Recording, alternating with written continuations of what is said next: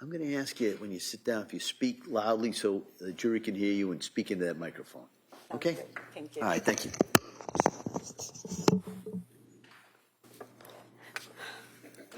Counsel. Thank you. Good morning. Good morning. Could you please tell the jury your first and last name? My first name is Alia. Last name is Goodheart. Can you spell your first name for the record? Alia. And your last name, please. Goodheart.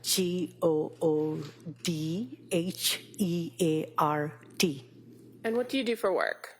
I'm a psychiatrist. And can you tell us a little bit about your educational background to be a psychiatrist? I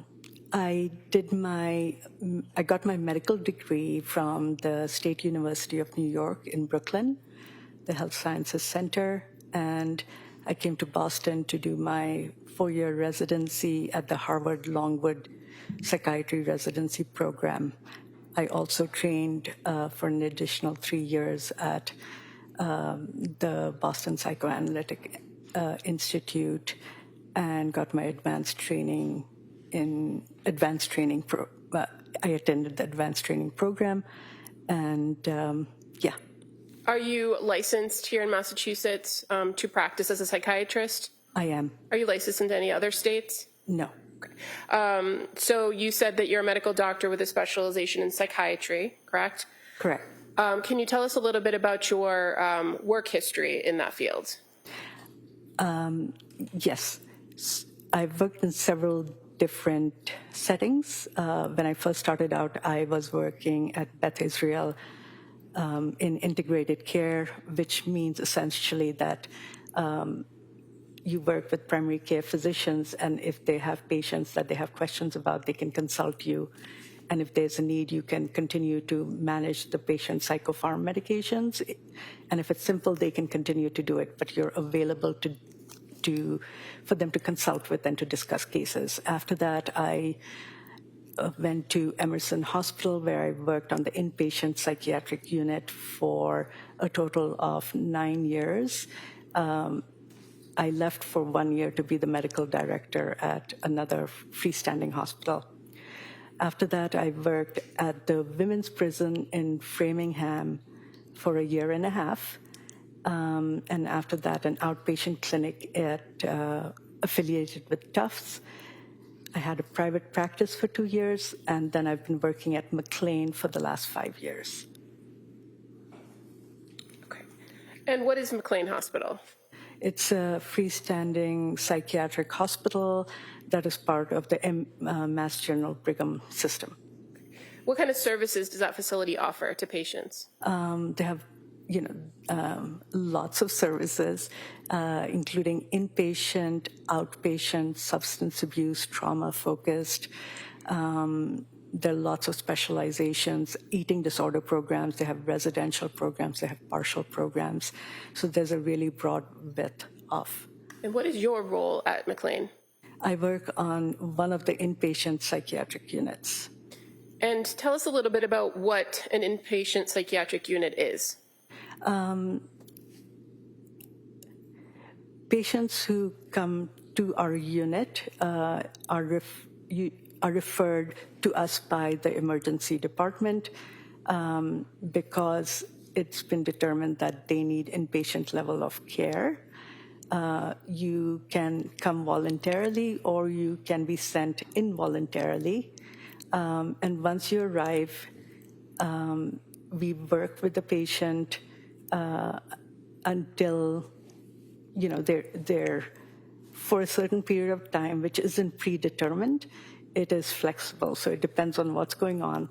And when you're on an inpatient unit, it's not just that you're seeing the psychiatrist, you're working as a team. So there are nurses, there are mental health workers, there are social workers. And the way it works at McLean is that every day you have a meeting where people discuss what's been going on, and you share any information that you have, and that kind of guides treatment. It's if I'm on the unit while I see the patient, I'm not there 24/7, but the mental health staff and the nursing staff are there, and they contribute to the assessment of the patient.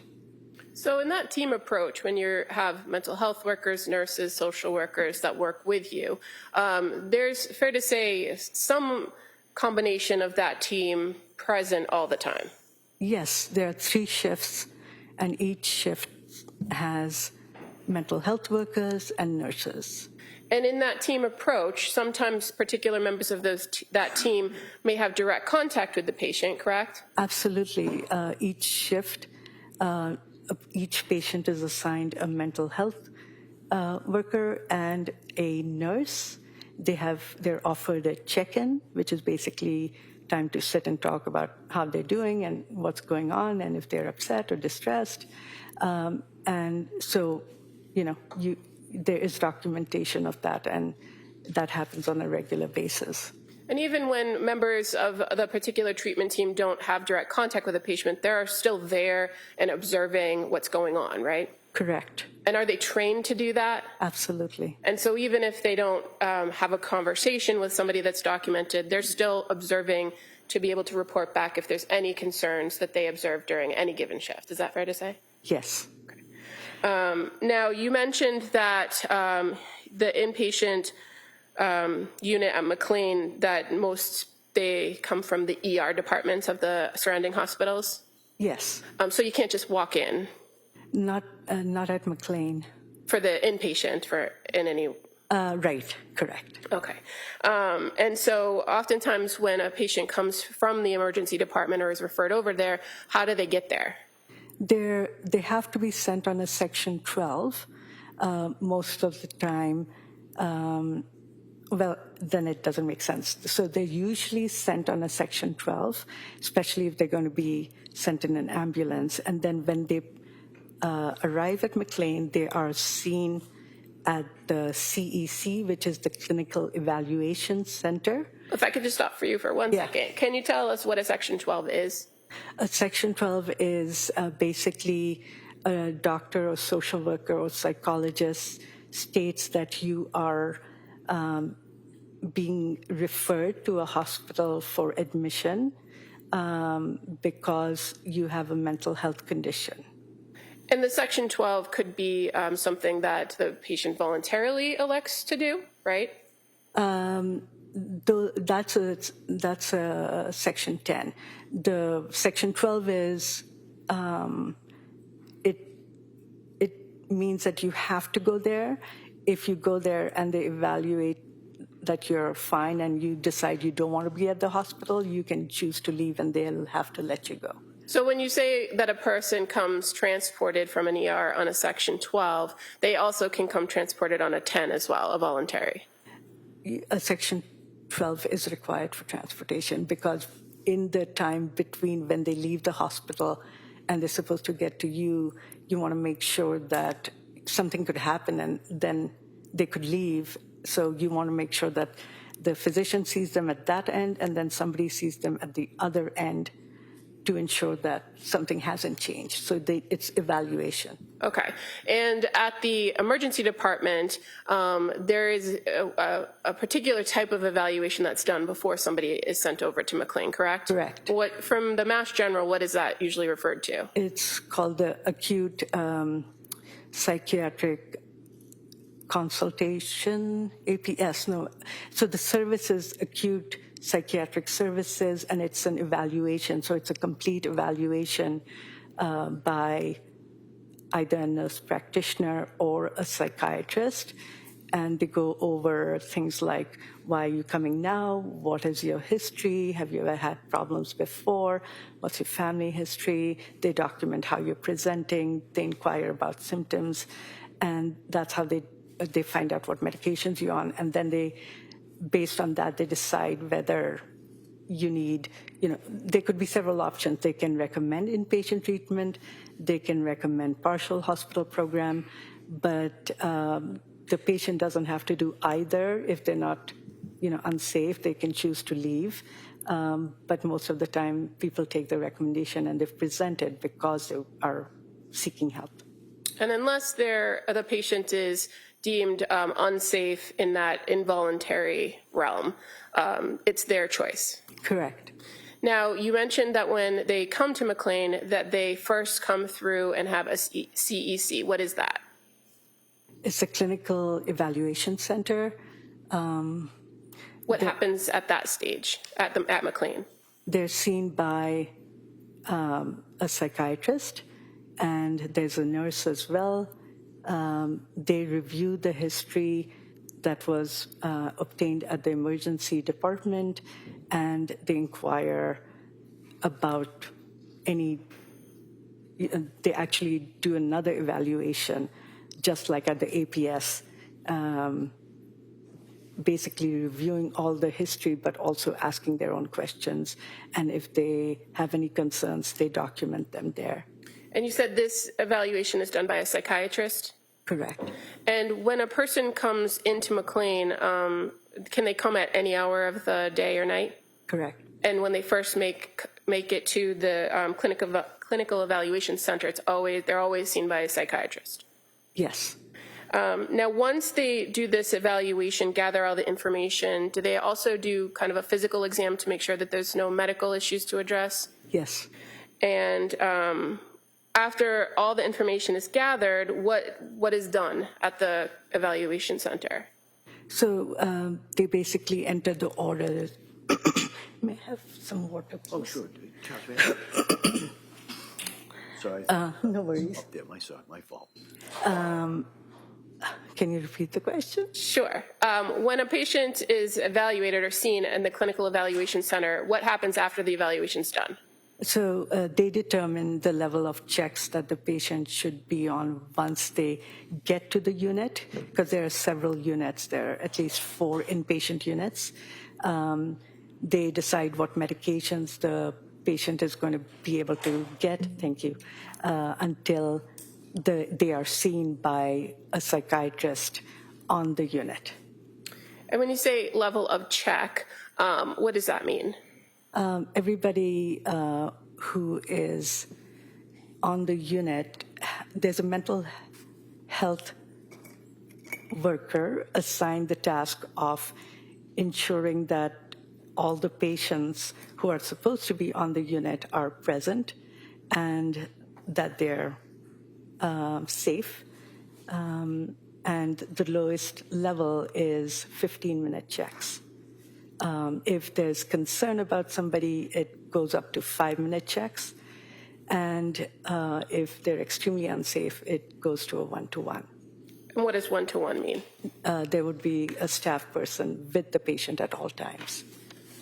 And again, this determination of which unit to be on and what level of security or what level of check is done by the psychiatrist that performs that first evaluation, correct? Correct.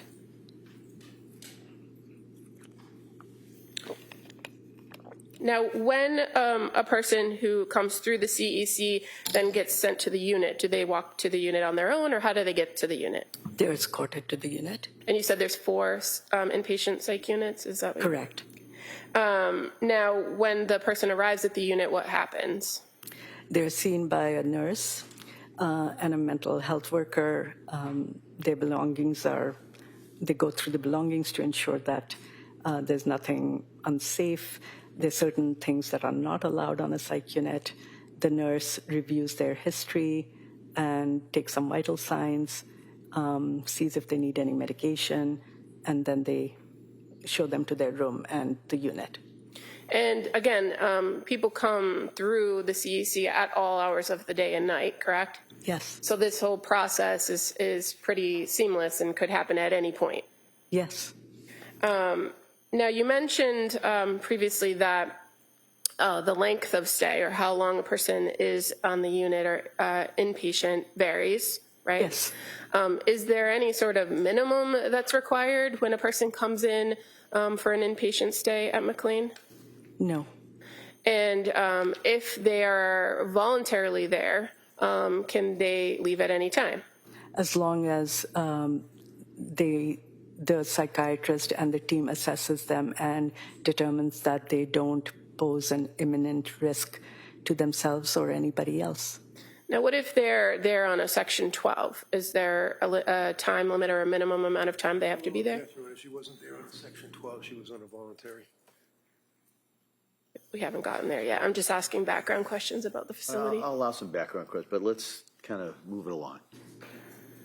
So Section 12 entails that that the team and the psychiatrist has 3 days to evaluate the patient to determine whether they pose a danger to themselves or others. And if at the end of that time they do determine that the person poses a risk, then they have to apply for commitment, which would mean going in front of a judge who would decide if the patient should remain hospitalized or be discharged.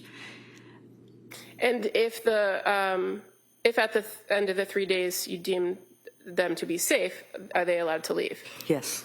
And is there something in the field of psychiatry or in your training and experience in your time at McLean about being discharged against medical advice? He wasn't discharged AMA. All right, we'll allow set the really the terms and where we are, so you can go into that. AMA is not applicable. If we can approach... Yeah, I don't think you heard me. I did hear you. All right, well then, I'm going to allow that question. There, your rights are saved. My objection. Yeah, I've noted it. Go ahead, counsel. Thank you. I think we tend not to do against medical advice, because if we are concerned about somebody's safety, we would not discharge them. So you have another procedure available to you if you were concerned for somebody's safety? Yes. And that's the procedure you described about seeking an order for further commitment? Correct. Okay, thank you. Now, when a person comes and goes through that process and is placed on their unit and settled in, what is the plan after that? How often do they see providers? They're assessed by a psychiatrist every single day that they're there. They have nurses who are checking in with them, mental health workers. They're offered group programming and medical monitoring, vital signs. Yeah. What types of group programming are offered to people while they're inpatient at McLean? We offer skills groups, which are things like they're meant to teach patients skills so that they can tolerate distress, they can kind of observe their thoughts. It's meant to shore up their skills. Then there are some groups which are more just relaxed, I guess, such as going for fresh air walks or going to the recreation center, just drawing or coloring, and yeah. And are there other things offered to patients once they're on a unit to assist them in their care, like counseling? Yeah, those are the check-ins, and when they meet with the psychiatrist and the social worker, the counseling happens in those sessions as well, and also by the nurses and the mental health staff. Okay. Now, does this procedure, or how it operates for any given patient, does it change if there's a holiday or a weekend? I think they're still seen by a psychiatrist. She's thinking, if she knows, I have no objection. I'm going to object to the way she's answering that. All right. Why don't you rephrase the question? I will, thank you. As far as your experience at McLean Hospital, does the schedule change when there's a weekend or a holiday? The group schedule might change, but the staffing schedule doesn't change. So the availability and the mental health worker that sees the patient, the social worker that checks in, and the psychiatrist and nurse, the team all stays the same even on a weekend or a holiday? Other than the social worker. Okay. And when I say stay the same, it could be different individuals, but Correct. It's somebody from that group, correct? Yes. Okay. So as far as your role as a psychiatrist, how do you get assigned patients when they are admitted to McLean inpatient? It's random. There are beds that are open, and I carry a certain number of patients, and other psychiatrists have a certain number of patients, and whoever has an opening gets the admission. Do you have to be there when the patient is admitted to have the patient assigned to you? No. And so do you rely on other psychiatrists to perform those tasks before you meet a patient? Yes. I'm going to draw your attention to a particular patient by the name of Lindsay Clancy that arrived at McLean in the early morning hours of January 1st of 2023. Do you recall that patient? Yes. Have you had the ability to review the records related to that patient prior to coming in today? Yes. And do you know where she came from? The emergency department at MGH. Okay. And did she come voluntarily, or did she come on some sort of section? Again, for transportation, it's always a section, but then she signed in voluntarily, which is the section 10. Okay. So to your knowledge, she was brought in the early morning hours via ambulance? Correct. And did she go through that process of the clinical evaluation center in the early morning hours, approximately 4 a.m. on the 1st? Yes. And who saw her there? I think the psychiatrist's name was Dr. Outlaw. Okay, and you're familiar with Dr. Jasmine Outlaw? I've never met her. Okay, but she is a psychiatrist on staff. I don't know what you mean by on staff. Well, she works at McLean. Correct. And so you were able to review the information she gathered in that first evaluation. Yes. And in reviewing that information, did you identify that the patient was identified as medically stable, right? Meaning she didn't have any acute medical issues that you had to worry about? Correct. And she was screened on the suicide screening? Correct. What was the chief complaint of the patient when she arrived at McLean? She was unhappy. She was finding it hard to sleep if she didn't take medications. Okay. And do you recall reviewing in the records that it was noted that she reported that she felt numb? Yes. And that she was having some issues managing medication? I don't know what you mean by that. Well, that she had some complaints about side effects or symptoms of medication? Yes.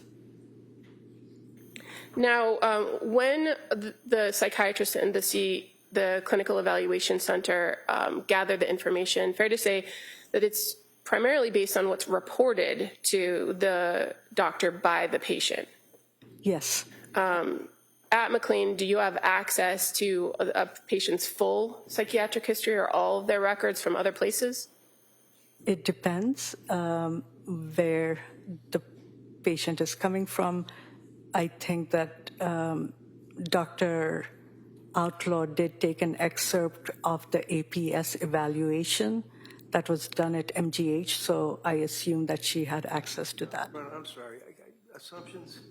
I'd like. I mean, I she can would ask have it a had. different way. She doesn't know, she doesn't know. Yeah. All right? As far as the full record of this particular patient that you were assigned to and responsible for, you reviewed all of the notes and information gathered by Dr. Outlaw on that first interaction with the patient, correct? Yes. And you indicated a little while ago in your testimony that McLean is affiliated with the Brigham Correct. Hospital and Mass General. So is it fair to say that those records from Mass General are available to you at McLean? Yes. And again, you indicated that that APS evaluation is something that's done at the emergency room, right? Yes. And is it common that that information come along with the patient? I don't know. No, good. Just if you could answer that. You don't know? I don't know. Okay, all right, next question. In this instance, when you reviewed the records, were you aware or did you see that there was some note to the APS evaluation from the Mass General ER? I saw the excerpt of the APS evaluation in Dr. Outlaw's note. Okay. And that excerpt from the APS evaluation was conducted by somebody by the name of Dr. Hogan, correct? Correct. And did you review a portion of the record indicating that the patient said to Dr. Hogan or reported thoughts of wishing to be dead but no plan, Yes. and that there was no violent or homicidal ideation, right? Yes. And that was observed at Mass General to have no evidence of psychosis, mania, obsessions, or current anxiety symptoms. Correct. So that's information that you knew before you met with the patient. Yes. And as far as what's reported when the patient comes to McLean, and in this instance when Lindsay Clancy came, are you aware she reported during that clinical evaluation center evaluation that at the beginning of December she had started Seroquel and Remeron and started to have intrusive and suicidal thoughts? Yes. That she attributed that to medication? Yes. Okay, and so what was the plan, the first plan that came out of that clinical evaluation center evaluation of Ms. Clancy? She was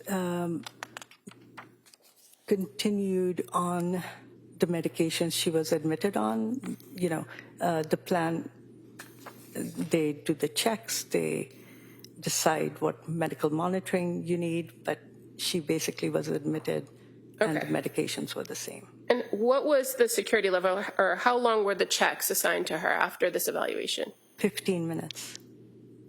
And was she considered to be a high risk upon coming into the inpatient unit, or was she minimal risk? Low. Minimal, yeah. And were you aware of what's called the provisional diagnosis that was assigned to this patient when she arrived? I don't recall what the provisional diagnosis was, but I do know that they do assign a diagnosis. I don't recall it. I must have seen it in the records, but I think there are like 5 different diagnoses. Just referring to what's already been marked as Exhibit 79, I'm going to draw your attention to page 24. Thank you. Right. Okay, I think I remember. Yes. Okay, does that refresh your memory as to the provisional diagnosis? Yes. And what was it? Major depressive disorder, severe without psychotic features. Now, what does the provisional diagnosis mean to you when you're assigned a patient? That this is the assessment of the psychiatrist who saw her at that time. Okay. Do you have to stick with that diagnosis, or are you free to change that based on your experiences with the patient? The diagnosis I give the patient is dependent on what my interactions are and the observations of the team. Now, for this particular patient, Ms. Clancy, on January 1st, when she got situated onto the unit after that first evaluation by Dr. Outlaw, are you aware that she was then seen later in that day on January 1st? Yes, And were you the doctor who saw her, or was there somebody else? it was a different psychiatrist. Okay, and who was the psychiatrist that saw her on January 1st? It was Dr. Madhva. And that would be Dr. Elizabeth Madhva. Correct. Again, is she a psychiatrist as well? Yes. And so this occurred while you were not in the hospital, right? Yes. And were you able to review the notes, the admission notes of Dr. Madhva regarding her interactions with this patient on January 1st at approximately 12:47 p.m.? Yes.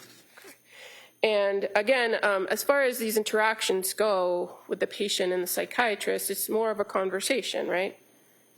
I'm sorry, could you repeat the question? Yeah, it's a conversation when you meet with a patient. Yes. You ask them how they're feeling, get information that you think is necessary. Is that fair to say? It's a conversation, and also you gather information. Okay. And so do you rely on things that were reported before? Yes. Okay. But you also ask follow-up questions, right? Correct. And as far as your review of Dr. Madhva's interaction with Ms. Clancy on January 1st, is it clear to you that she did that? Yes. You reviewed her history with her and spoke with her about how she was feeling? Yes. At the time she spoke with Dr. Madhva, you where she said that she denied feeling depressed and denied any passive death wishes or suicidal thoughts, but reports feeling numb. Yes.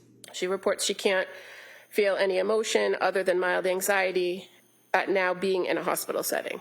Yes. After Ms. Clancy was seen by Dr. Madhva, were you aware of what the plan was regarding her medication? Yes. And what was the plan? Ms. Clancy complained, there were several symptoms. One of the things that she did complain about was the numbness, and Dr. Madhva did, hear that and hear her concern, and that she had been sensitive to many different medications, so she Well, let me ask, if I can ask a question. You finished with your answer? So she determined that it was possible that the numbness the patient was complaining of was a side effect of the medication she was on, and the plan was to taper that medication and observe the patient to see whether the numbness went away and also if any other symptoms became evident. So the medications, you were aware of the medications that Ms. Clancy came into McLean on, right? Yes. And what medications were those? Seroquel at 100 milligrams a day,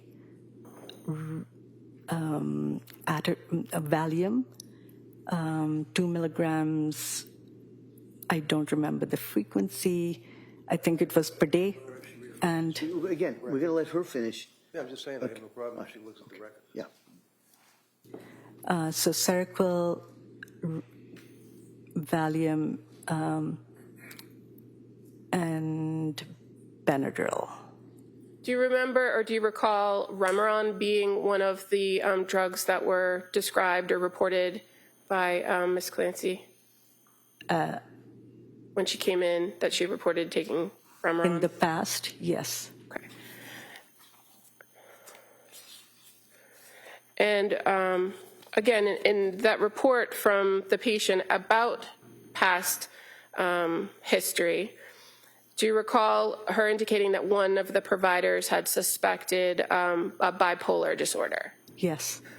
In your interactions with Ms. Clancy and your review of the interaction she had with other psychiatrists, did she appear to agree with that diagnosis? Did If you who know. appear to agree? Ms. Clancy. Rephrase that question, please. Ms. Clancy, did Yes. she disagreed with the diagnosis? Okay. The fact that she came in and she was on 100 milligrams of Seroquel or more, would that have been something that was significant to you in considering a bipolar diagnosis? Seroquel is used for several purposes. It is not just used for bipolar illness. Okay. And Ms. Clancy also reported coming to McLean issues with insomnia, correct? Yes. Is Seroquel sometimes used in low doses to address insomnia? Yes. Now, as far as the plan from January 1st, you indicated that Dr. Madhva recommended reducing the Seroquel and then monitoring symptoms, correct? Yes. Okay.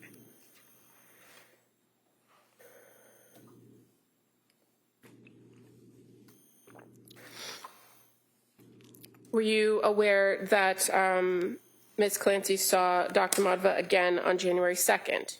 Yes. And again, that was prior to your first point of contact with her. Yes. As far as what you know from reviewing the record, you aware that that Ms. Clancy reported that she slept well on lesser dose of Seroquel. Yes. Did she report any delusions, hallucinations, or suicidal or homicidal ideation? No. And as far as after the check-in with Dr. Madhva on the 2nd, was the plan to continue to decrease the Seroquel? Dr. Madhva was going to continue her on 75 milligrams, and then the next day she would have gone down to 50 milligrams.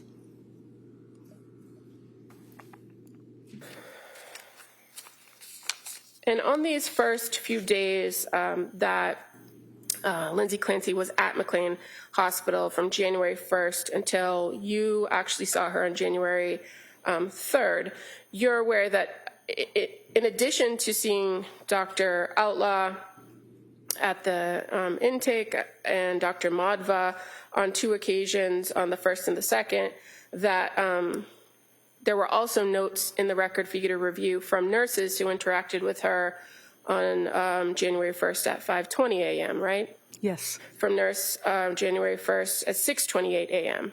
Yes. A nurse interacting with her on January 1st at 10:34 a.m. Yes. And that she actually participated in a group activity with a social worker at 12:03 p.m. on the 1st. Yes. And that a nurse interacted with her and made notes at 2:07 p.m. on the 1st. Yes. And that she saw a mental health worker at 9:33 p.m. on the 1st. Yes. And in relation to January 2nd, a nurse made note of interaction with her on 9:46 on the 2nd, right? I remember there were interactions. I don't remember the exact time. But fair to say on the 2nd, she interacted with nurses and Dr. Madhva. Yes. Based on your review. Now, going to January 3rd, that was the first face-to-face contact you had with the patient, correct? Yes. Prior to meeting with her, had you reviewed all of these notes and all of the information up to that date? Yes. And did you go through, again, a report of history with her? Yes. Were you able to make an assessment of her mental status during that interaction with her? Yes. And what were your observations of her mental status? I can remember certain elements, but I don't remember. She was dressed in, she was appropriately dressed. Her speech was of normal rate and volume. Behaviorally, she was polite and cooperative. Her mood, I don't remember exactly. It's a quote, so I don't remember exactly what she quoted her mood as being. It would be in the medical record. Yeah, one moment.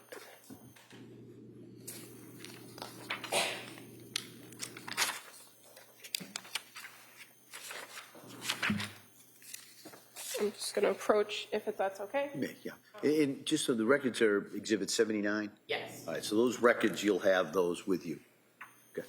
So I have pulled pages 61 through 66. So I think that's your note. If you can just take a look at that and let me know when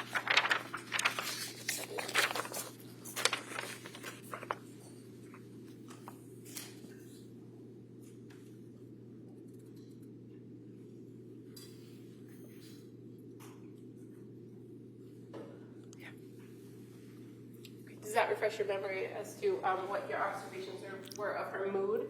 Yes. What was her mood? Anxious. Okay.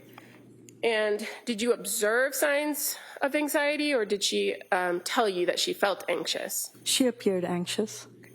And her affect, did you observe it to be congruent to her mood? Yes. And you examined her and found her to have linear thinking and appear goal-directed, right? Yes. Okay. And as far as addressing kind of why she was there and what your recommendations were, ultimately, what were you trying to address or accomplish in a treatment plan with Ms. Clancy?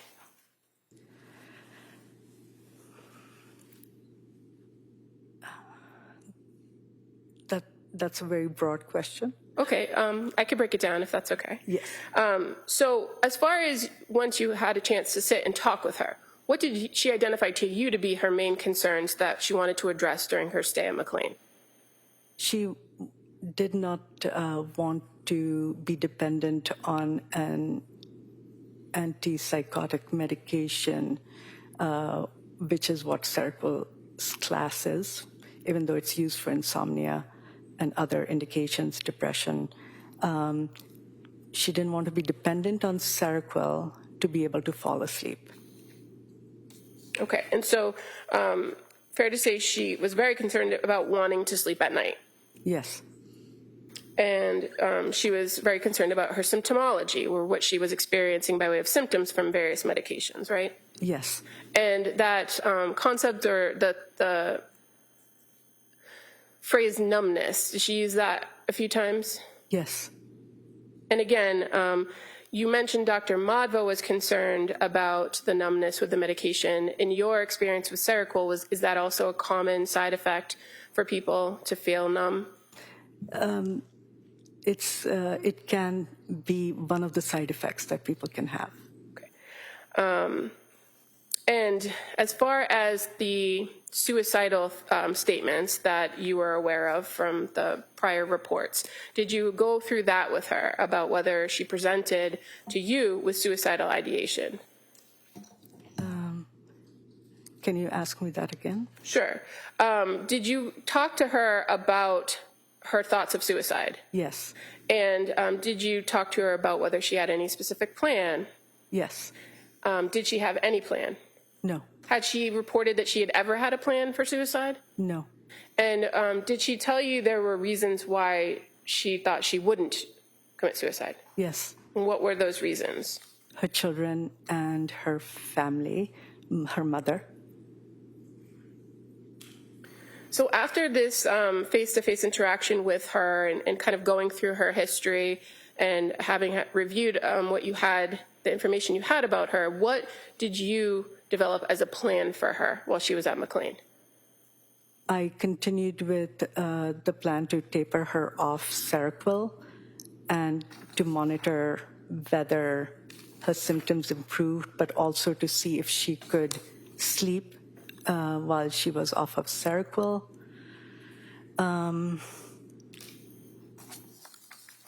And to really observe symptoms and mood. During this first interaction with her, was there any conversation about how long she would stay or what her plan might be after she left McLean? When we met the first time, Lindsay said that she had her daughter's birthday coming up on the weekend, and that it had been planned months ahead of that date, and she was hoping that she could be there that weekend so she could be with the kids and family who was going to come for the birthday party. Now, the concept of kind of tapering her off the Seroquel and monitoring her symptoms, did that seem like a realistic goal to you? Yes. And now, after having spoken to her and developing this plan, were you also cognizant or thinking about the potential for a bipolar disorder diagnosis? And so how did that affect how you approached this plan to taper? Again, we were observing for any symptoms that would indicate that she might have bipolar disorder. And where she had reported that she had issues with sleep, was that also something of concern to you if there was the potential for a bipolar disorder? Yes. And reduction of medication, what was the concern for the sleep? I think people's mental health is negatively affected if they cannot sleep, whether it's bipolar disorder or depression, and so sleep is important. Okay, and so a person that you might be considering for a bipolar diagnosis, would lack of sleep make you watch for symptoms of hypomania? Yes, sleep deprivation can lead to a bipolar episode, a hypomanic manic episode. So you wanted to monitor her patterns in her sleep and her mood to see if there was any evidence of that, correct? Yes.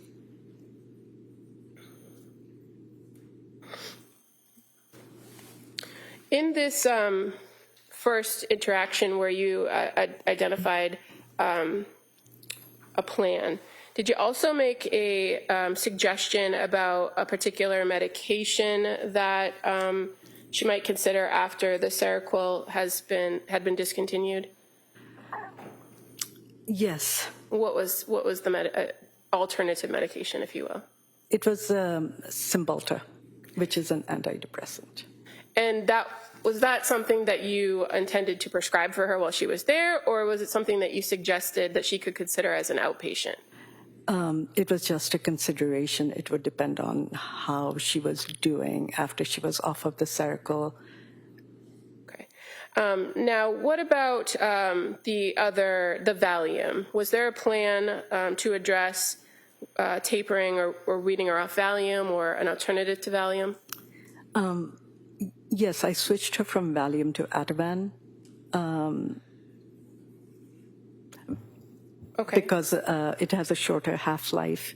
And, in my experience, it manages anxiety well. And were you aware that she had taken Ativan before? Yes. And did she report any concerns about Ativan or benzodiazepines in general? Yes. And what was the concern she reported to you? She stated that her husband had concerns about her being on a benzodiazepine. During this interaction with her on the January 3rd, did you observe any signs of psychosis? No. And in the notes and the interactions with the providers prior to your meeting between January 1st and January 3rd, did anyone ever note any symptoms or concerns for psychosis? No. And you're aware that Ms. Clancy was also still in that, what was considered the postpartum period, right? She had had a child in May of 2022? That's a tricky question to answer because different organizations or agencies assign postpartum a different length of time. Okay, and so in your training experience and your experience as a person who diagnoses, Yes. Did you consider postpartum as part of what you had to figure out here with this patient? Or was Yes. it really not a consideration? It was. Okay, and why was it for you? I mean, she had a child, and the risk of postpartum depression, postpartum psychosis is a serious consideration. Okay. Now, after this first meeting with Ms. Clancy on the 3rd, were you able to give her, in your own opinion, a diagnosis? Yes. And what was that? You said after the 3rd? Right. Okay, so that would mean one meeting. Yes. I gave her a diagnosis of insomnia with a mental health condition because one day of observation wasn't sufficient for me to figure out if she truly, to give a solid diagnosis because it sticks with the patient. Right. Fair to say you just didn't have enough information at that point. Correct. Right? Okay.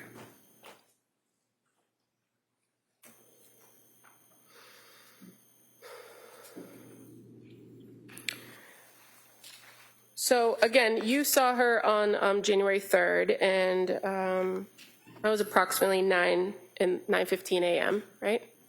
If Do you that's what recall? it says. Yeah. Well,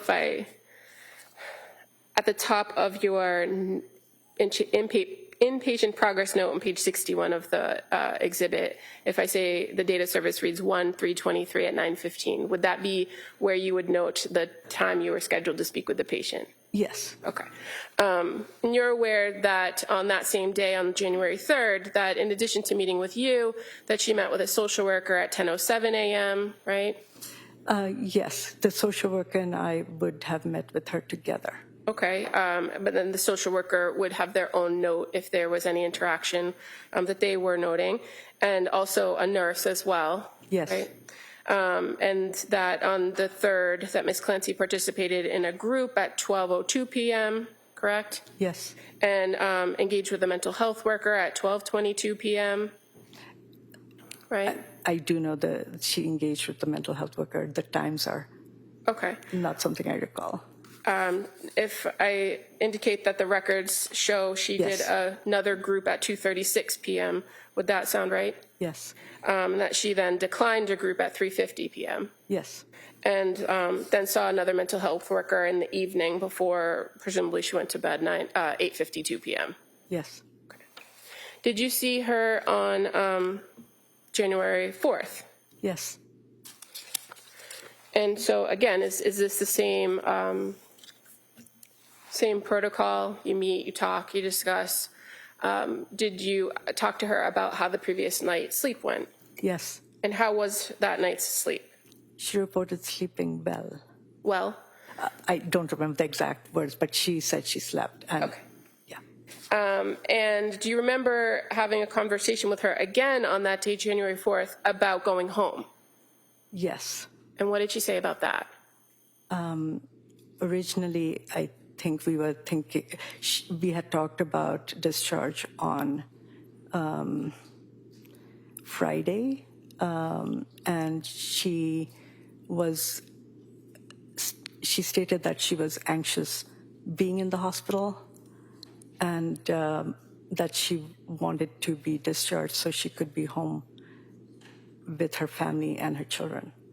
And so did she ask to leave earlier than Friday? Yes.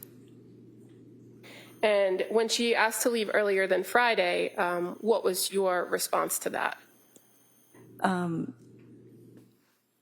Whenever I said she could leave provided she had psychiatric follow-up the next day. And why did you do that?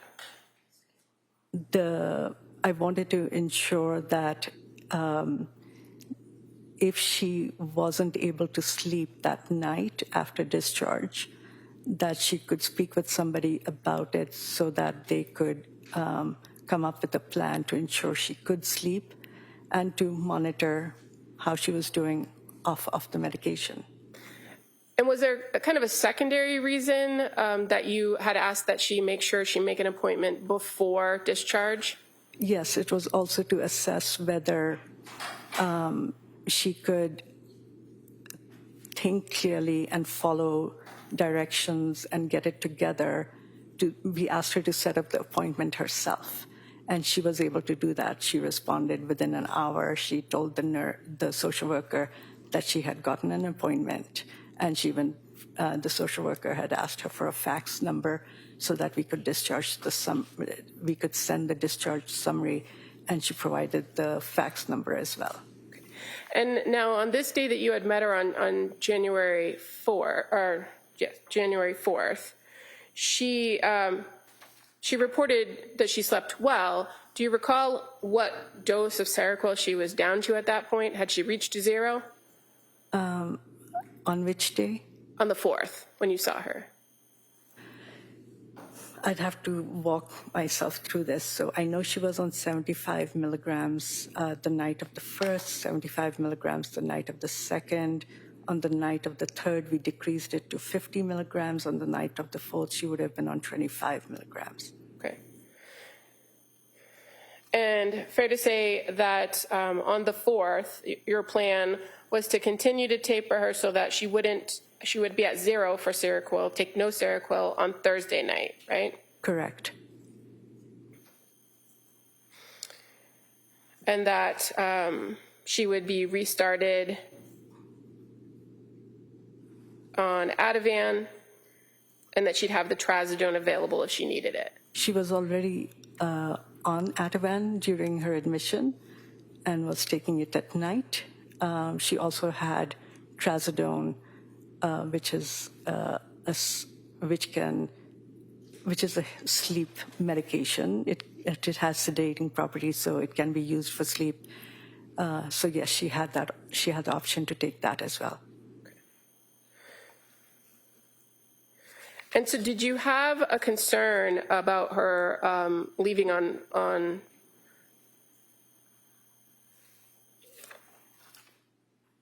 Thursday, the 5th, without having monitored her at no Seroquel?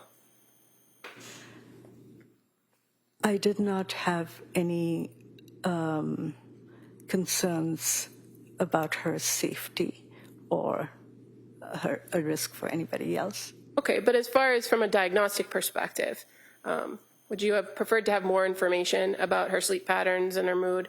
Yes. Okay. Now, you said that you didn't have a concern for her safety. So what, in your time that you were with her, that you met with her, and all the information that you reviewed, what were identified as maybe protective factors that made you feel comfortable that she was safe? She was, there are several things. She was future-oriented. She was clearly invested in her children. She was a caring mother, just like a caring mother. She had her parents around to help her. She had family and supports. We ensured that she would have outpatient psychiatric care for follow-up. She didn't have a history of suicide. She had no history of psychosis, postpartum psychosis. She had a stable place to live. The statement that she made to you that she wouldn't have completed the act of suicide because of her kids or her mom, was that something that you considered? Absolutely. And the fact that during the time from admission on January 1st to the time she was discharged on January 5th, that she didn't make statements supporting suicidal ideation, was that a factor that you considered? Yes. And at no time during the time she was at McLean did she ever indicate that she had ever reported or had thoughts of harming anyone else, did she? She had never stated that she had any thoughts of harming anybody else. And ultimately, at the end of that conversation with her, or the hour later, she was able to secure that appointment that you asked her to on her own. Correct. And so knowing that now the discharge has moved up a day, what was your plan for medication for her upon discharge? She would have continued on the Ativan to help her sleep at night. That was a short-term plan. Once she was feeling better or was able to sleep or her mood came back to baseline, she could taper off of it. She had trazodone to use as needed, and melatonin. And as far as your recommendations for medication, it would be no more Seroquel. I guess, let me ask that question a different way. Yes. You didn't give her a new prescription for a different dosage of Seroquel, did you? No. And did you advise her to take Seroquel when she was home if she felt that she needed it? I would assume she would take what I had prescribed.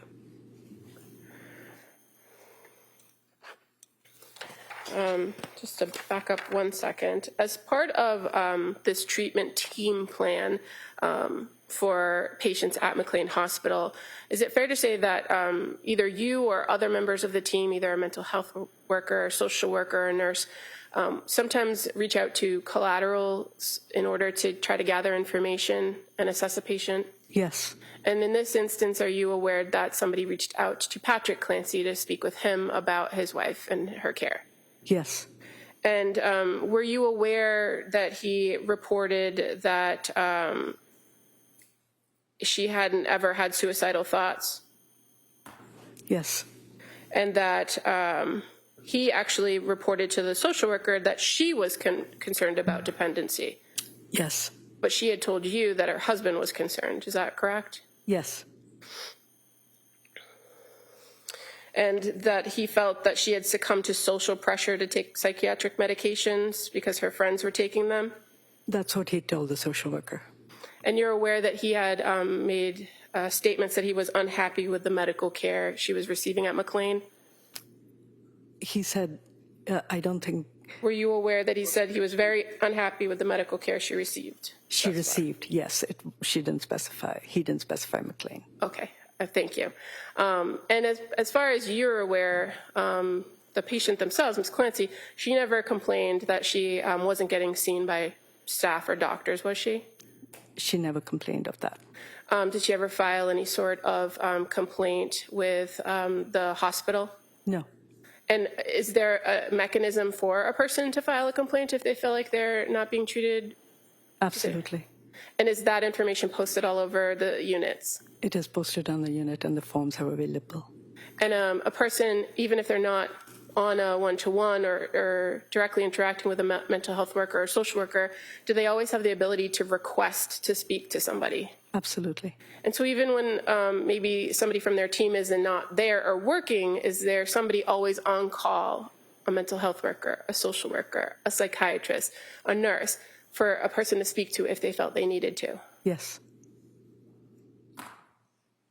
And in addition to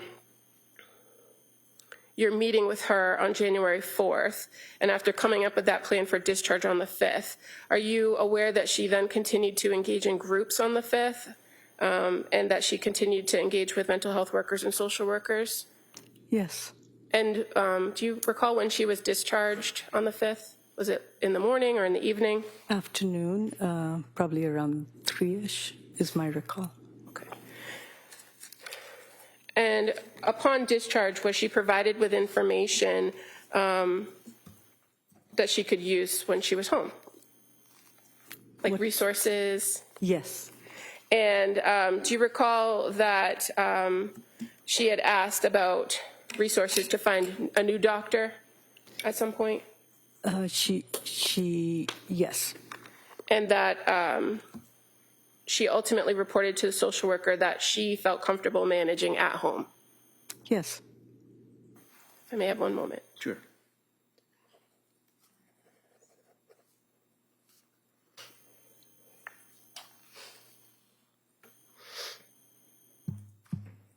So upon discharge, what did you actually prescribe her? A 14-day supply of Ativan and a 14-day supply of trazodone. Okay. And when you were having conversations with her about her thoughts of suicide or her thoughts of wanting to die, was she expressly asked if she wanted to kill herself? Yes. And what was her answer, if you recall? She denied that. She denied that? Yes. And was she specifically asked if she had a plan to kill herself? Yes. And what was her answer to that? She denied it. And was she specifically asked if she wanted to harm anyone else? Yes. And did she provide an answer for that? She denied it. And those are standard questions you would ask at every interaction with her, correct? Yes. And prior to discharge, she would also be asked those questions again, correct? Yes. Because if her answers changed at any point, it would have changed your plan, right? Yes. Thank you.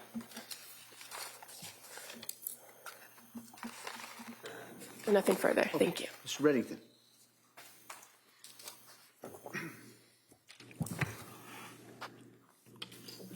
I'd like to start off just by asking, District Attorney asked you about resources that were provided to her.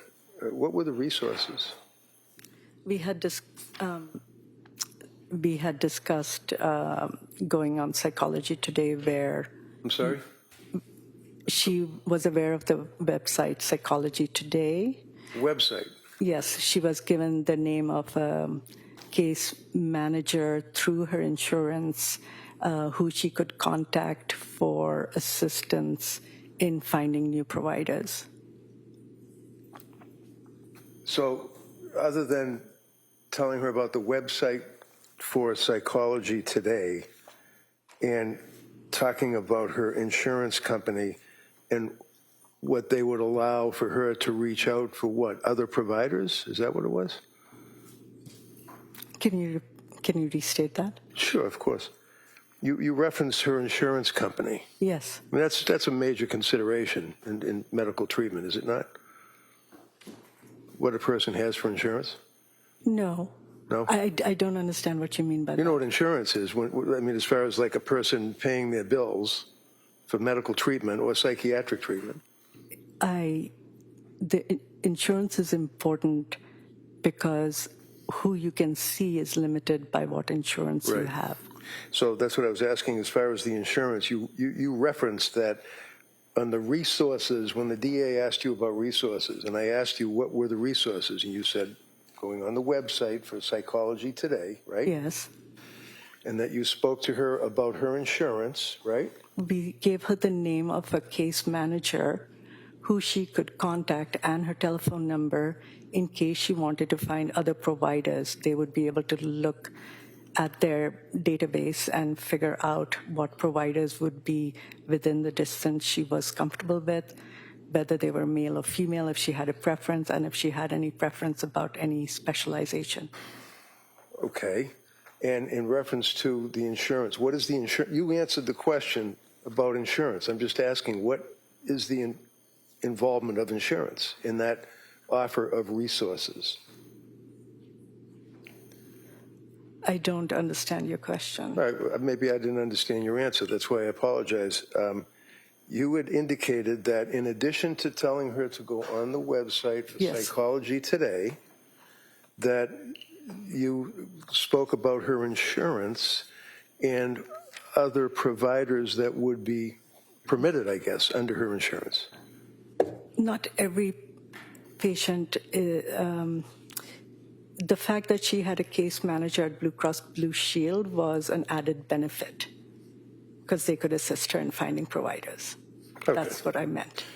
All right. Other than the case manager from Blue Cross Blue Shield and to do research off of the website for Psychology Today, what resources were provided to this woman? There are numerous resources that are printed on the after visit summary. I don't know each and every one of them, but I think they would be in the medical record. Okay. And that's something that is provided to a patient when they leave. Yes. She came in on a voluntary, is that correct? In other words, I know she was transported by an ambulance, but nevertheless, it was that she and her husband, Patrick, wanted her to be treated at McLean, correct? She came in and signed in on a voluntary.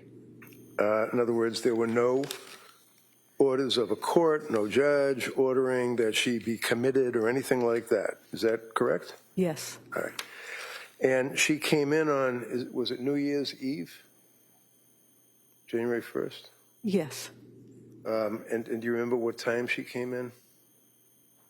I think she arrived at the CEC around 4. Now, would you agree that on New Year's Eve in McLean Hospital, that ward is pretty much running on a skeleton crew? I can't speak to something I'm not there. No, obviously you're not there, but what about other people? Was it skeleton crew New Year's Eve? Or You would was it- have to ask somebody who was there. Well, you've worked there for what, 7 years? 5. 5 years. And what is the ward that she was on? AB1 South. 81 South? A as in apple, B as in boy, 1 South. South. And how many doctors work at AB South on whatever shifts that you may have? There are 4 psychiatrists assigned who work on AB1 South. Now, sorry, go ahead. Yes, that's it. And does that include you? Yes. And approximately how many nurses work on AB South? I wouldn't know, but I know that there is a nurse assigned to each team and that there are 4 teams. Sometimes, yeah, in general. 4 teams on AB South, right? Yes. Okay. And when you say a team, that consists of what? A psychiatrist, a nurse, perhaps, or what? A psychiatrist, a nurse, a social worker, and an assigned mental health worker. And what are the shifts that this team would work? There are 3 shifts. Okay. And would that be like, 7 to 11, or 11 to 4, that type of thing? I think there's 7-hour shifts or 8-hour shifts. I don't know the exact times. All right. And are you assigned a shift, or do you just go whenever you want? We are not assigned shifts. And when she was presented to the hospital, she went through that initial evaluation that you told us about, the CEC. Is that correct? I'm sorry. Can you repeat CEC, maybe you were talking about the Yeah, CEC? can you repeat the question? Sure.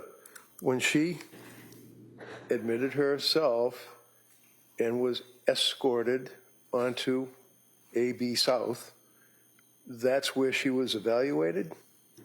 She was evaluated in the CEC by the psychiatrist. Then she came to the unit and was seen by Dr. Madhwa later the same day.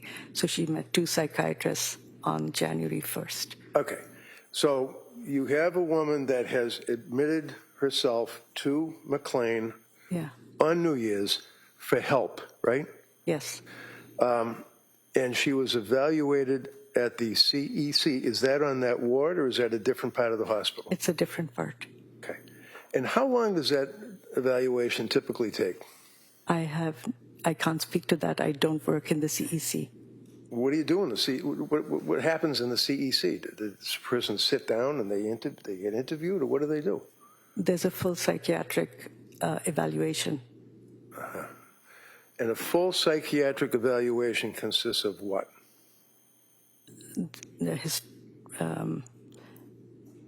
A chief complaint, a history of, so basically a history of present illness, which would be what brings the person into the hospital. Okay. They review past psychiatric history, substance use history, social history, family history. They do a mental status exam, and then they make an assessment.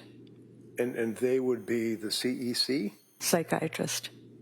And that would be the psychiatrist that you were referring to? Dr. Outlaw. Dr. Outlaw. Now, how long does the CEC typically take? I do not know. It I depends on the imagine- speed of the person seeing the patient. I imagine that at some point, a psychiatrist or a social worker or somebody must get into the prior history that the patient had prior to coming to your doorstep, right? That is a part of the evaluation, yes. Okay. And you had a chance, as the district attorney asked you, as to whether or not you were able to review the medical records that involved Lindsay Clancy's treatment at McLean Hospital for the 4.5 days, right? I was able to review the CEC note, which had an excerpt of the MGH evaluation and the notes that were available to me since January 1st at McLean. Now, as a psychiatrist, I mean, when she goes to the hospital, she's your patient, right? She's your patient. Yes. Yes. And as a doctor, what you want to do is get all the information that's available on why this person is in your locked ward, right? Yes. So did you do inquiry into her prior history, or was that left to the CEC person or the social worker? That is part of the evaluation. And the evaluation is CEC? And when I see her as well. All right. So do you sometimes, when I say you, I mean you or the social worker or the CEC person, do you talk to people like third party, I think you said third party contacts? Yes. All right. The social worker does. Okay, so, and you reviewed the records. So when did the social worker talk to the first psychiatrist that she went to see? The social worker contacted Patrick. Well, I know you told us that he contacted Patrick, and that Patrick gave some history about the benzodiazepines that he was concerned about, and he thought she wasn't getting good medical care. Is that correct? Yes, All right. You know that she had medical treatment before she came to McLean. yes. Okay. Who was her psychiatrist? The nurse practitioner she was seeing prior to coming to McLean, I was aware of that person. Would that be nurse practitioner Gelada? Yes. Did you speak to her? No, Did you look at her records? I did not have access to them. Why not? They aren't in the same medical record system. Well, the same medical record system is just so that you have access to MGH, you have access to Brigham and Women's Hospital, because it's all part of some big computer information access you have. What about other healthcare providers? Can you get access to their records? Not immediately. Well, how about if you have a release signed by a patient under the HIPAA law? You know what the HIPAA law is, obviously, right? Yes, And just tell me, what does that actually mean, that a patient allows someone to look at their medical records? yes, And Lindsay was very, very cooperative with you guys, wasn't she? yes. Did anyone ever ask her to sign a HIPAA release for anyone to get access to nurse practitioner Gelada's records? No, How about psychiatrist Tuft's records? no, How about nurse practitioner Paul's records? no. Who's Letitia Dukes? She was a social worker, I think, that Lindsay saw at South Shore at the perinatal program. Okay. And do you know when she went to the South Shore, Rhode Island perinatal program? I know it was prior to admission. I don't remember the exact dates. Do you know what recommendations that she had received at that point? No, other than the medication. Do you know what medication she was actually on when she presented to McLean Hospital? Seroquel and Valium. What is it? Seroquel and Valium.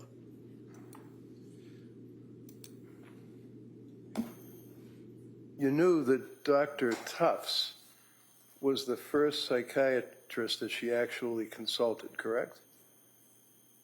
I believe so. And when again, if you don't know, just say you don't know. Yes, Okay. And I think you made reference to the fact, or maybe the DA made reference in questioning you, about the fact that she was looking for doctors for some type of medication or something. Is that fair? that's a very vague statement. I don't know what you mean. Okay. Well, actually, she saw Dr. Tufts because Dr. Tufts advertised that she was an expert in perinatal care, right? Correction. Overruled. Oh, sorry. I wouldn't know why she saw Dr. Tufts. Do you know what medication Dr. Tufts prescribed to her? From what Lindsay told me, yes. What? Zoloft was the first. All right. So Dr. Tufts, according to Lindsay, provided her, Lindsay, with Zoloft, which is an SSRI, correct? It's an antidepressant in that class, yes. Okay, so when you say an antidepressant in that class, the class would be selective serotonin reuptake inhibitor, right? Yes. And that's pretty powerful stuff, isn't it? I don't know what you mean by powerful. No? Well, are you supposed to prescribe Zoloft or sertraline to a person that has bipolar? I think it all depends on what you're seeing when you see the patient. All right. So it's important, I would imagine then, to be fair in your evaluation of this young woman that came to your hospital for help on New Year's, to find out what any evaluations were of her condition, her presentation, her symptomology when she saw that first psychiatrist, Dr. Tufts, right? Lindsay was cooperative and she was forthcoming. I had no reason to think that she would not provide us with what other providers thought, just like she told us that Tufts said she was worried about bipolar disorder. And I apologize. Yeah. Tufts advised her that she was worried no, about? sorry, it was, Gelada? yes. Okay. Sorry, thank you. That's all right, no problem. And again, if you have records or you want to look at them, that's fine, because I know it's tough to have all the stuff in your head. Yes. Thank you. And so Dr. Tufts prescribed the Zoloft to her, and you knew that right after the initial prescription of Zoloft, do you know how many milligrams she was prescribed initially by Dr. Tufts? Lindsay, I think, stated it was 25. Okay. And then Dr. Tufts increased it to what, 100? Lindsay said it was increased to 50. 50, all right. So, and again, you're in a, I don't know if it's appropriate to say, but you're in a mental institution, right? That's where you work at McLean Yes. Hospital. Okay, and it's a locked ward, right? Yes, And she's a patient that's coming to you for help, right? yes. Is it appropriate for a doctor to take what that patient is telling you as a history? Or do you have to verify it or talk to other healthcare providers to make sure that they're not just running off and making something up? I had no reason to believe that she was not a reliable reporter. Because she seemed very forthright, right? Yes, She seemed very honest in her disclosure of her symptomology, right? yes. One of the things, or one of the tools that you in the mental health field have access to is psychiatric testing, right? Yes, Okay. You have, for example, one tool, and I think psychologists, and there are psychologists that are on staff, I would imagine, at McLean as well. no, not on that unit. As a psychiatrist, you don't administer psychiatric or psychological testing, do you? No, All right. But for example, you've got the Beck inventory test, or what's called the MMPI test. You're familiar with those, right? these are forms and forms that the patient can fill out. Right. And one of the tests is the MMPI, which is Minnesota Multiphasic Personality Inventory Test, right? I have heard of that. Okay. And you know that one of the things that it determines is, if they call it the K scale, whether or not somebody is lying or minimizing, or not minimizing, but lying about their symptomology, right? I don't know much about the scale. Well, that's a tool that can give someone information as to the person's presentation of their symptomology. That would be important as to their honesty of whether or not they're trying to minimize or whether or not they're trying to falsely project their symptomology, right? I don't know what you're asking me. Okay. Were you aware that there were ever any psychological testing administered to Lindsay? MMPI or Beck or anything? No. Okay. How many times did she call or reach out to help for a suicide hotline? I don't know. Wouldn't that be something important to find out, if the person who you're suggesting was denying suicidality or suicidal ideation upon your evaluation, that she called out to suicide hotlines? She was telling, she told us that she was having suicidal thoughts, Right. but had no intent or plan. So I do know that she was struggling with suicidal ideation. Right. Anybody else that you talked to? Or did you Patrick. talk to anybody else? I know the social worker, Dr. Patrick, and he did give the information he gave. Okay. So what I'm asking is, as you're investigating the history of this patient, you're not aware, no idea that she had reached out on not one but two occasions to a suicide hotline. Is that correct?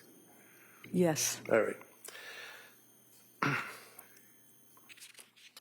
Did you know that when she was first prescribed the Zoloft by Dr. Tufts at 25 milligrams, then increased to 50 milligrams, that she then reported that she was unable to sleep? She For shared 40 that with us. Yeah, Was that- sorry. I'm sorry. I Go didn't. right ahead, no problem. What is it? I'm going to let you finish the question. Okay, thank you. No big deal. It's just that she reported that she went for 48 hours without sleep. I don't remember that time quoted. I know she had difficulty sleeping. You indicated in your testimony that, and I quote, I would have preferred to have more information about her sleep patterns, right? Do you remember saying that? Following the changes in the medications that we were making. So sleep pattern would be just what it says, sleep pattern, like you sleep from 9 at night till 7 in the morning or Yes. 12 at night, whatever your pattern would be, right? Yes, And why is a sleep pattern important for you as a psychiatrist trying to evaluate your patient? because difficulty sleeping is a symptom of several different conditions, and it can worsen several different conditions. And you know that she had reported severe anxiety, right? She was struggling with anxiety, yes. Struggling with anxiety, and she was having not just insomnia, but she had very, very severe insomnia, didn't she? She wasn't able to sleep. And you would prefer to have more information about sleep patterns, is what you said. I'm not putting words in your mouth. That's what you said. I know that we were able to observe her sleep while she was on the unit. Once she left the unit, I would not know how she was sleeping, which is why we referred her to somebody else so that they could continue to monitor her symptoms. Obviously. So let's put the time that you are observing her or that your social workers are investigating to whatever extent they did, her background. What were her sleep patterns that were important to you prior to New Year's 2023? The amount of sleep is important. Yeah, and you said that. You already said, I would have preferred to have more information about her sleep patterns. After she was if I was going to continue to evaluate her, I would want to observe her sleep is what I meant. Oh, so you didn't mean that as an evaluator of her prior medical history, trying to get a history of your patient for purposes of diagnosis and treatment, that you wanted to know what her sleep patterns were. You didn't mean that you meant prior? The history of whether somebody's struggling with insomnia is important, and the patient can relay that to me. Okay.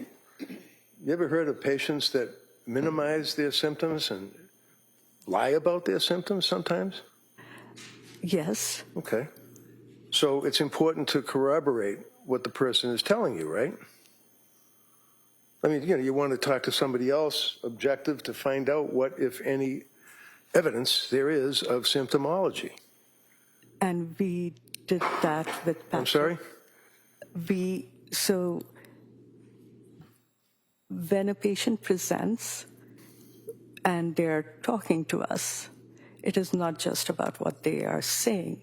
It's about their body language, their eye contact. You can get a sense of whether a person is being honest or whether they're lying. And we are not, we're providers. The patient is there to get help.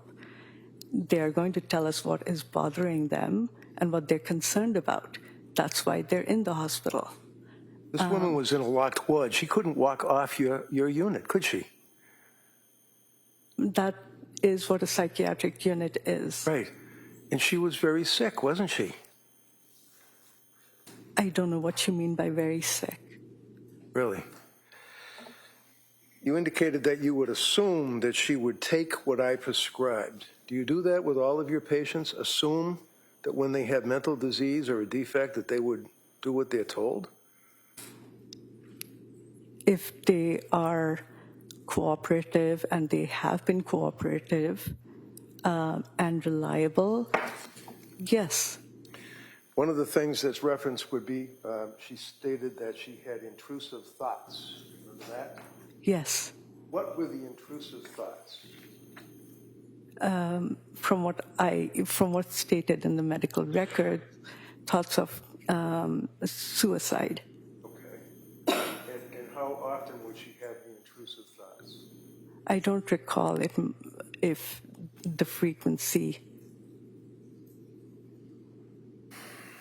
Would you agree with me that in addition to anxiety and in addition to inability to sleep, that she was in what was self-described as a brain fog, right?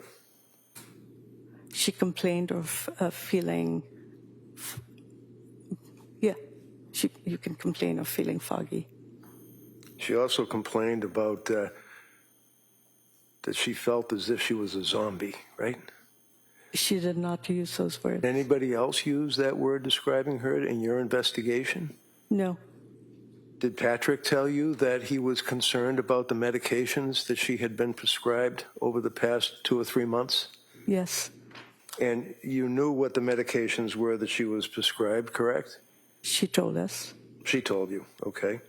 And she told you that she was prescribed, in addition to the SSRI Zoloft that was increased from 25 to 100, that she was then told... I was aware that... I'm sorry, 50. Correct. She was then told to stop taking the Zoloft by Dr. Tufts, right?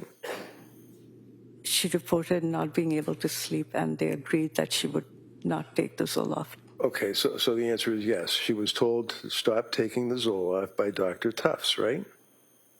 I think you would have to ask Dr. Tufts that Well, I question. will. But I'm asking you, as investigating her... I know that she stopped taking the Zoloft, and that she saw Dr. Tufts, so I assume that they would have come to that agreement. All right, so as you're evaluating this patient, you're assuming that she voluntarily stopped taking the Zoloft? Because she wasn't able to sleep, and she discussed it with Dr. Tufts. She did. You knew that. She told us she did. Okay. How many patients have you treated, how many women have you treated that were suffering from postpartum psychosis?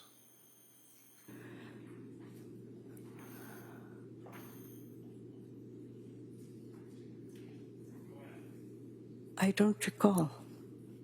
I don't remember, but I think it would stick in my memory, so I don't think that I probably have. You don't think you probably have? I don't think I have. I haven't seen any. How about postpartum depression? Yes. And how many patients have you treated with postpartum depression? Over the last 20 years, I wouldn't, there are lots of patients I have seen. Okay. I don't keep a record of what diagnoses and what people I see. Now, one of the things that you, when I say you collectively, I mean psychiatrists, psychologists, use in your evaluations and diagnoses of patients would be what's referred to as the DSM, correct? Yes. And that would be, DSM, it means Diagnostic Statistical Manual, right? Yes. And it started out with DSM-1, then it went to 2, then it went to 2R, meaning revised, and then there were a number of revisions, and now we're all the way up to DSM-5, correct? Yes. And DSM-5, also the most recent would be -TR. What does TR mean? I don't actually know.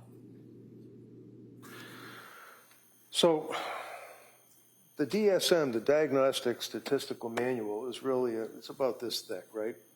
If you have a regular sized book. I just have a little one, but. I think so. Okay. Do you rely on or do you use in your evaluation of patients the Diagnostic Statistical Manual? The diagnoses are based on the criteria that are stated in there. Okay, so you do use, for diagnosis purposes, what is stated in the DSM, correct? Yes. And it's kind of like a cookbook. I mean, it basically tells you what the ingredients of a particular mental disease or defect would be, right? Yes. And you know that it's basically a group of people that get together and they discuss what should or should not be included in the manual that psychiatrists and psychologists use to diagnose patients, right? Yes. And they try to keep up to date and stay on top of any recent developments, right? I would assume, I don't know. Okay, I can't speak to it. that's all right. So here we are in 2026, not 1928. Is postpartum depression in the DSM? I think it's a subcategory. You think it's a subcategory of what? Depression. Depression. How about psychosis? Postpartum psychosis in 2026. Is that in this manual? I don't exactly know where it is. Have you ever seen it in this manual? I don't recall paying attention to where it's categorized. So if you're treating a woman who is, as you put it, postpartum because she had the child, and then you told the jury, well, there's a time frame, a cutoff as to whether or not a person is still postpartum, still subject to mood swings, and still subject to hormone imbalance, and there's a cutoff, is what you said, right? Different organizations use different definitions. How about you? You're here for the government testifying in this case. What's your understanding of a cutoff of postpartum, if there is one? For the DSM-5, it is 4 weeks. For ACOG, which is the American Academy of Obstetrics or something, I don't remember what that stands for. It's 12 weeks. For the CDC, it's 12 months. For the CDC, it's 12 months. Okay. So CDC would be Center for Disease Control, right? Yes. So they're pretty much all over the place as far as the time frame that a woman can still be involved with postpartum symptomology, right? Yes. Have you ever heard of a doctor by the name of Meg Spinelli? No. Have you read anything about the efforts being made to have the DSM-6 coming out include Objection. No, overruled. postpartum psychosis? I'm sorry, what's the question? Have you read or are you aware of efforts being made to include postpartum psychosis in the DSM-6 that will be coming out within a couple of months? I think it's clear that there is question about where it should be placed or categorized. Okay, so are you aware of any efforts being made to include postpartum psychosis in the DSM-6 when it comes out? Vaguely. Vaguely. How vague? I don't know. You don't know. I know that there's question about where it should be categorized and that the DSM is reviewed every time and they try to move things around based on what clinicians and researchers think. What, if any, impact does the thyroid have on a woman who has just had a baby and is in the postpartum period, whatever they decided it is, 6 months, 4 months, a year?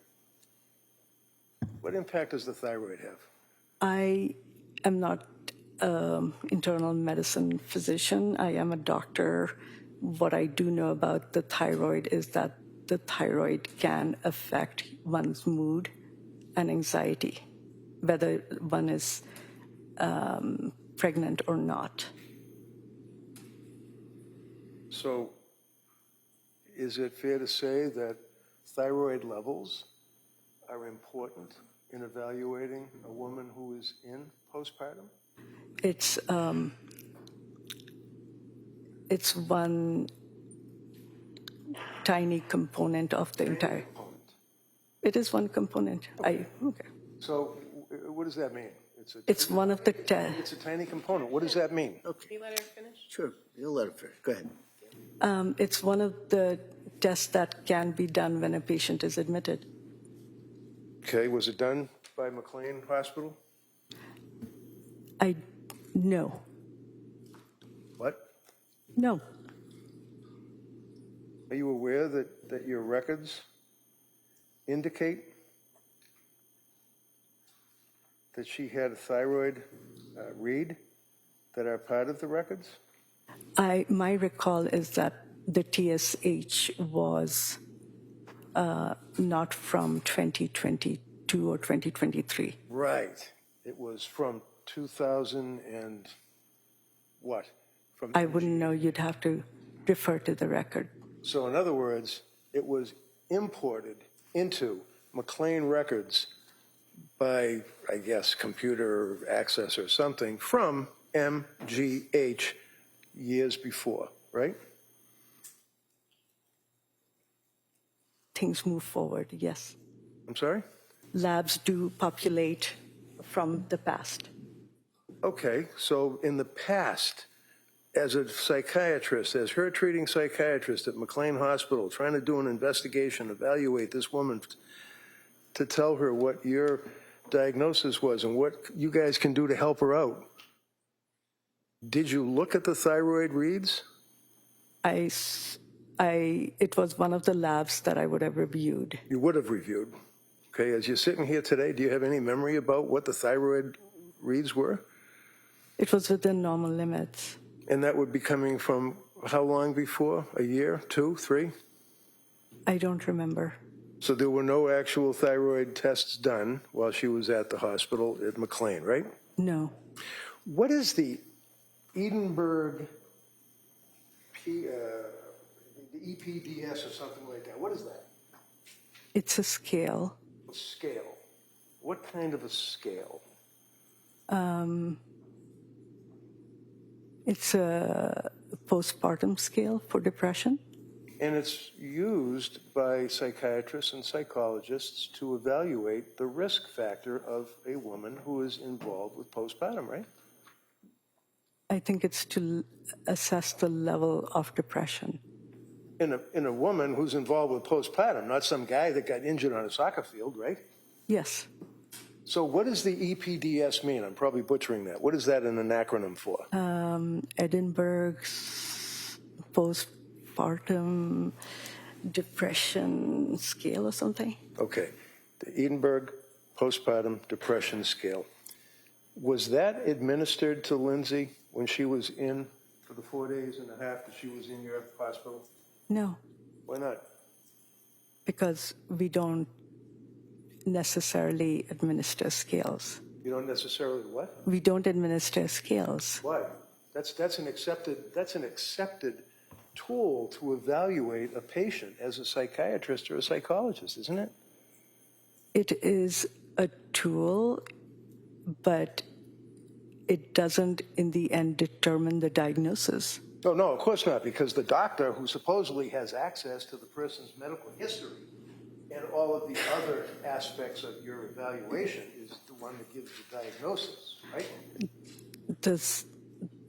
The psychiatrist makes the diagnosis based on the presentation, the history of the patient. Right. So far what we've got is a presentation of the patient who was in the locked wards at McLean Hospital, and the presentation was from her, right? Her presentation is how she presents, how she is observed. It's not what she's telling us. Well, isn't what she's telling you part of what you consider? Yes, Okay. And what Patrick's telling you is part of what you consider? yes. So other than what Lindsay, who is in the locked ward, tells you, and her husband who tells you, what, if any, investigation did you do? We did not do any additional collateral contact. And you didn't do any tests either, right? You didn't do it. Did you do a blood test? Psychiatry as a field is not dependent on blood tests. If it was that Well- simple, it would be much better for everybody.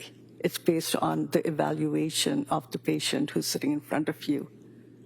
So you're suggesting to this jury that it's not a valid medical step for one to take blood from a person who is on a cocktail of drug medications to find out what their levels are?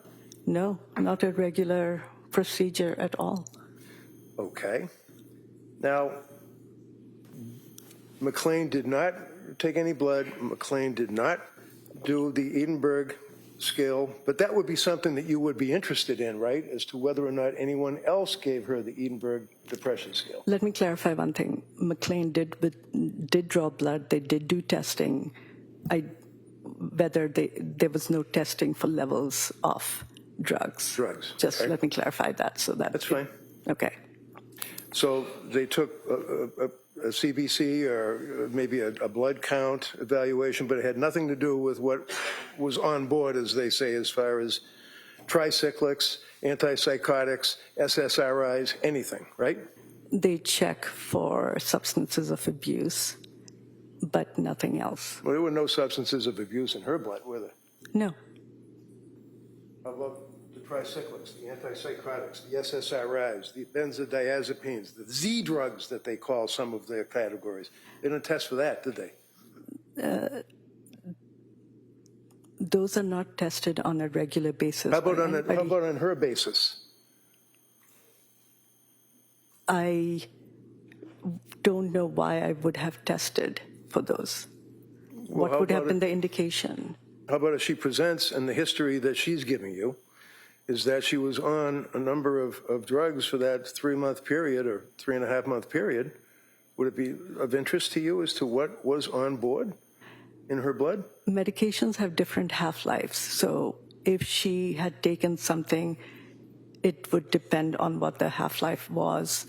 If it was a day, it would be out of her system. we would not be able to catch it at that time. It would depend on what she'd been taking and, what was in her bloodstream at that point.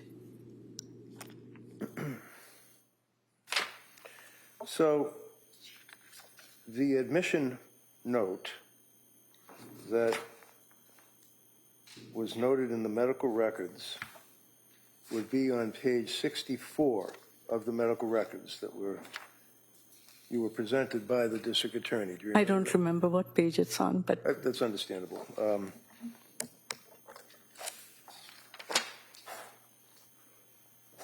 Okay. thank you. Sure, no problem. Can you tell me what I'm looking at? Exhibit 79, page 63. And that would be the record from McLean Hospital, is that right? Yes. Okay. Can you tell me what this means when it says clinical summary? That's the social workers note. Okay. And is that Can what you, Doctor, can you maybe move that microphone just so that Sorry about that. That's the social worker's note?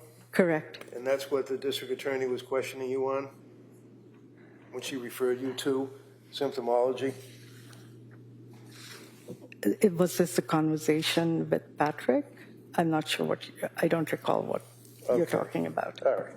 You can read along with me, all right? Okay. Clinical summary says the case was discussed in rounds, and would that be like on Grey's Anatomy, you have rounds and they see patients in the rooms and that type of No. thing? No. What does it mean when it says in rounds? It's when we meet in the morning, the social worker, the psychiatrist, the nurse, and the charge nurse, the utilization reviewer. Okay. So that's why it says on page 63, discussed in rounds, SW and PIC met with Lindsay as part of the intake interview, right? Yes. Okay. Presenting problem, then it says HX, that's history, right? Mm-hmm. And psychosocial HX history was discussed, correct? Yes. At that point, she stated that she was hoping to be home by next weekend for her daughter's birthday, right? Mm-hmm. And that then she relates her history as far as having a third baby on May 26th. That would be Callan, right? Yes. The youngest baby. And she then told you all that 12 weeks after she delivered, the baby wasn't taking the bottle, was around the time that she was supposed to go back to work. Husband also went back to work, and she was experiencing a lot of, and then someone puts in quotes, situational anxiety. Is that correct? That's what it states. All right. So as a result, is that coming from her, or that word situational anxiety, was that her words because it's in quotes, or was that you guys put that in there? I didn't write that note. Okay. But you factored that in your investigation, right? I read it. Okay.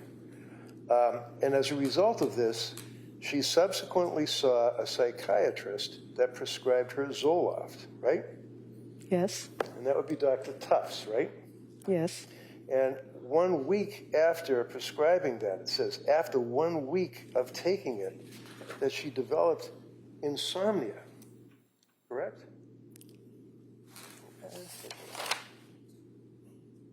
Yes. Okay.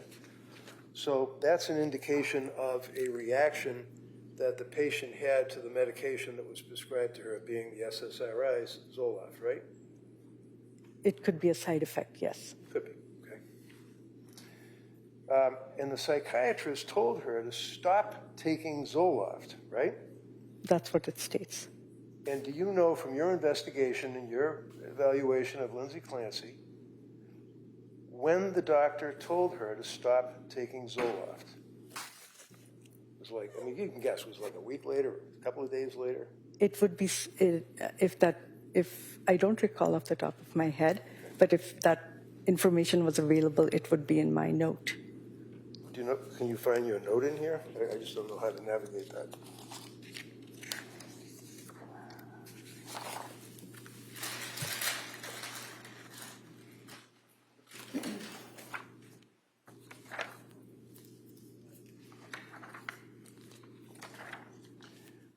Would it help you if you had a break or a little recess just to look at this? No. No? I can find it right now. Okay. You know, Mr. Redding, that's probably not a bad idea. We've been sitting here, kind of missed that morning recess. So we're going to take that at this point, just a short morning recess. I'll let all of you kind of stretch your legs a little bit, and then we'll come right back. Okay? Court, all rise. Jurors, close your notebooks, place them on your chairs, please. This way, please.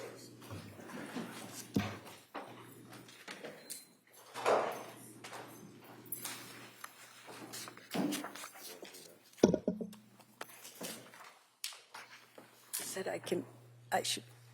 Your Honor, can she have permission to take that and look at it, the exhibit, out of the courtroom? I think it's probably best if you want to look at it, keep that in the courtroom. Yeah, okay. Yeah. All right. So you can look at it, but just you'd have to stay in the courtroom. Okay? All right. She wants to take a break, as we all do.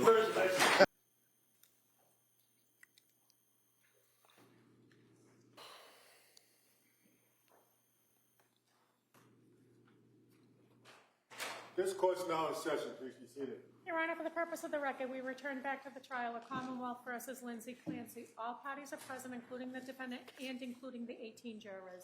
All right, Ms. Reddington?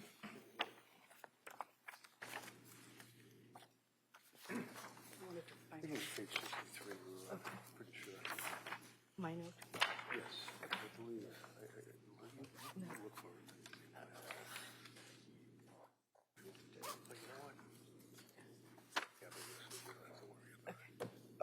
Doctor, you'd agree with me that your notes are contained in Exhibit 79, correct? Yes. Okay. And one of the things that you had mentioned was that at the end of Lindsay's treatment at your hospital, she was discharged, ultimately, correct? Yes. And that was not against medical advice, was it? No. And finally, you had made reference to the fact that postpartum psychosis is a serious consideration for you when you or your staff when you're evaluating a patient in McLean, correct? For Yes. postpartum. And one of the recommendations that you made was that she should follow up with other healthcare providers. And if I understand correctly, she actually sent a text or an email or something and confirmed that she did within the hour, right? She made an appointment with Dr. Tufts for the next morning. Right, and she told you guys that, right? She told the social worker that. So she was very responsive to your advice about you should reach out to your provider, and she did that, right? Yes. That's all I have. Thank you. All right, counsel redirect?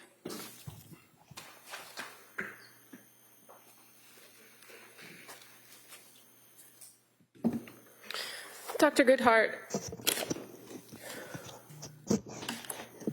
you're familiar with the discharge paperwork that a patient gets, right? Yes. I'm going to show you what's been marked as Exhibit 146. Is that familiar to you? Yes. And you know that to be discharge paperwork for, or what's called the after visit summary for Lindsay Clancy at her stay from McLean, correct? Yes. And in this discharge paperwork, there's actually two packets. So it's pages 1 of 6, and then there's another one of 7. You see that? Yes. And it gives instructions on if you need immediate help. It gives phone numbers, right? Yes. It gives a crisis plan and where to call for the suicide prevention lifeline, right? Yes. It gives instructions on what the patient's supposed to do or what you've talked about as far as what to do as follow-up, right? Yes. And in this instance, it says, what's next? Call Cassandra Wolfson. Give her a call for assistance with finding community behavioral health providers. And that's identified as the Blue Cross Blue Shield case manager, right? Yes. And was that based on a conversation that you had with Ms. Clancy about the fact that she wanted a new provider? She had a psychiatrist or a prescriber. She stated that she was going to be assigned a therapist by the individuals at the South Shore. And if she wanted to have more options or more choices, she could always call that person to get more choices. So she was looking for an additional provider? Yeah. Okay. And also part of this discharge packet, you see that there's a section that's labeled community services, right? Yes. And there are a number of online resources as well as the direction to contact your primary care physician and insurance company, right? Yes. Okay. And so these are resources that were discussed and told and available to her when she was discharged from the line. Yes. Now, in addition to the resources that were given at discharge, you're aware she did participate in particular groups that would have given her some information and skills while she was there, right? Yes. And those skills were about illness and symptom management, correct? Yes. Self-compassion was another one, right? Yes. I'm going to object. This is beyond the scope of cross, which is, I think, a legitimate objection. So, All right, sustained.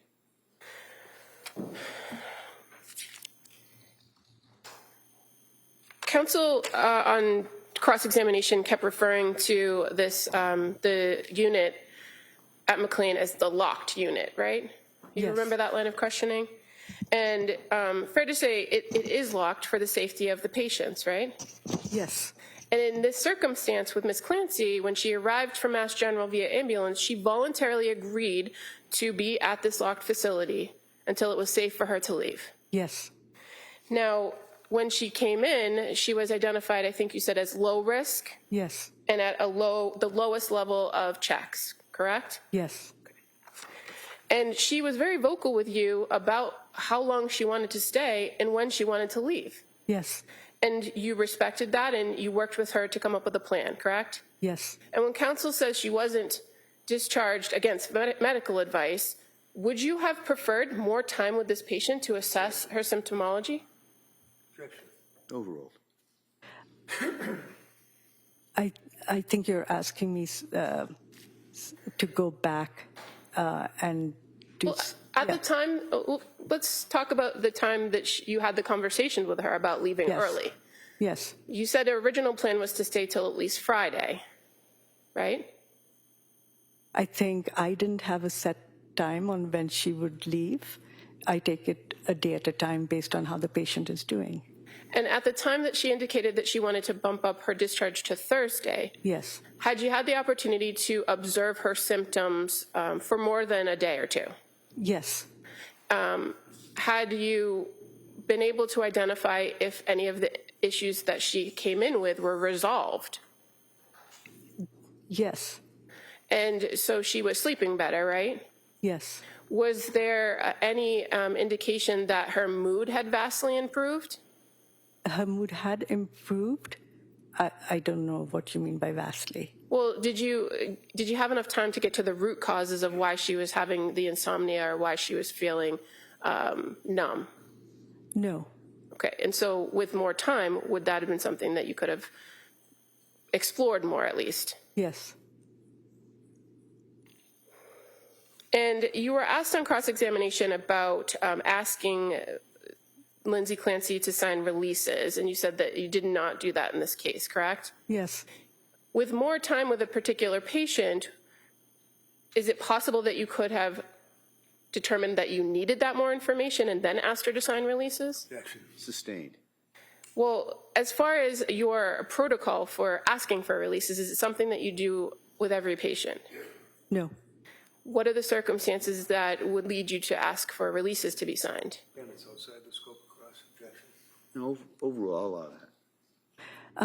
It depends on how the patient is presenting, whether they appear they appear reliable, whether their history that they're giving is consistent across different times when they were evaluated. For example, she was evaluated in the emergency department in the CEC, then on the unit by Dr. Madwa and myself.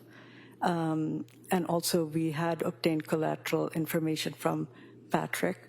And so I didn't feel like there was any urgent need to obtain the collateral from the other providers. And she was telling us what she liked and what she disliked about what the providers were doing. Okay, and so you were responding to those conversations in Yes. coming up with a plan. Yes, And again, the team is not just you and your team, but also the patient as well. yes, And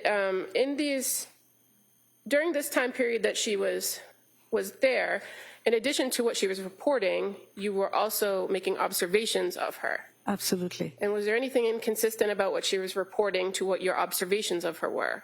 No, When she arrived at McLean, you were advised of what medication she had been on, correct? yes, And any of the treatment plans that you or any of your colleagues recommended, did they require different medications? I'm not sure I understand your question. Well, you were asked about the blood work. Yes, And so you indicated that McLean does draw blood upon admission, right? Yes. But that you did not look at the blood work or ask or evaluate it for levels of medications. correct. Was there any reason to do that based on the medication regimen that you were advised that she had been on? No, And with your treatment plan as far as medication, would there have been a reason to do that to either verify or not verify that she already had things in her system? no,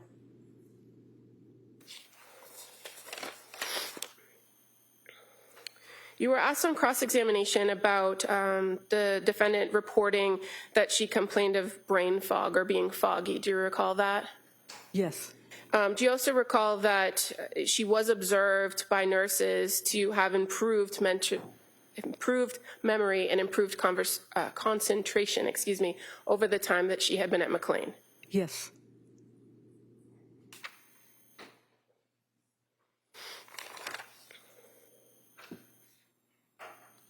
You were asked on cross-examination about suicide hotline. And Yes. Are you familiar with suicide hotlines? yes. And what do they assess for when you call one? Imminent, like risk, and if somebody's calling and they're feeling suicidal, I think the point is for them to send somebody or to help them through it. So it's a point of intervention, correct?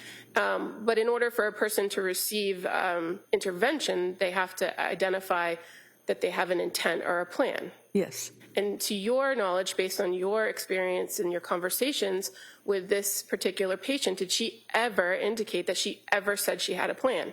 no,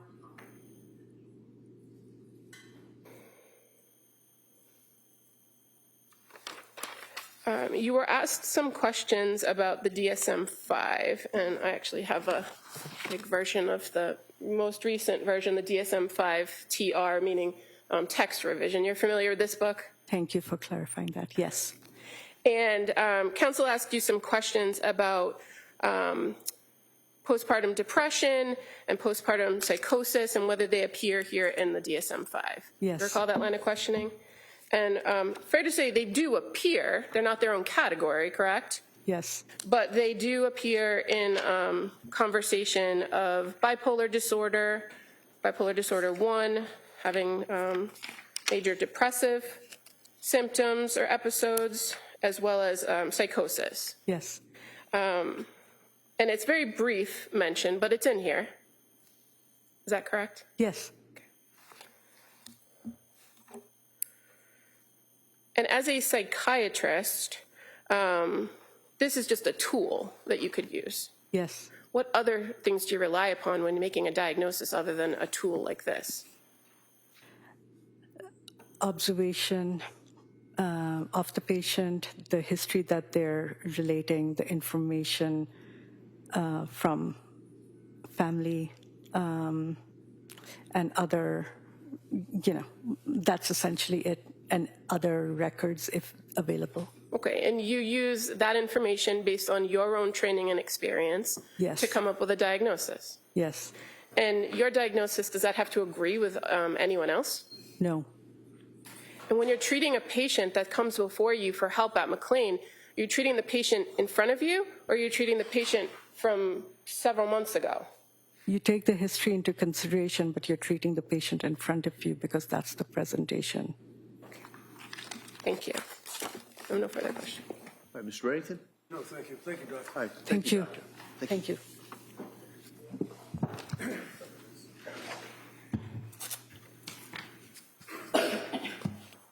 Commonwealth calls Dr. Jennifer Tufts.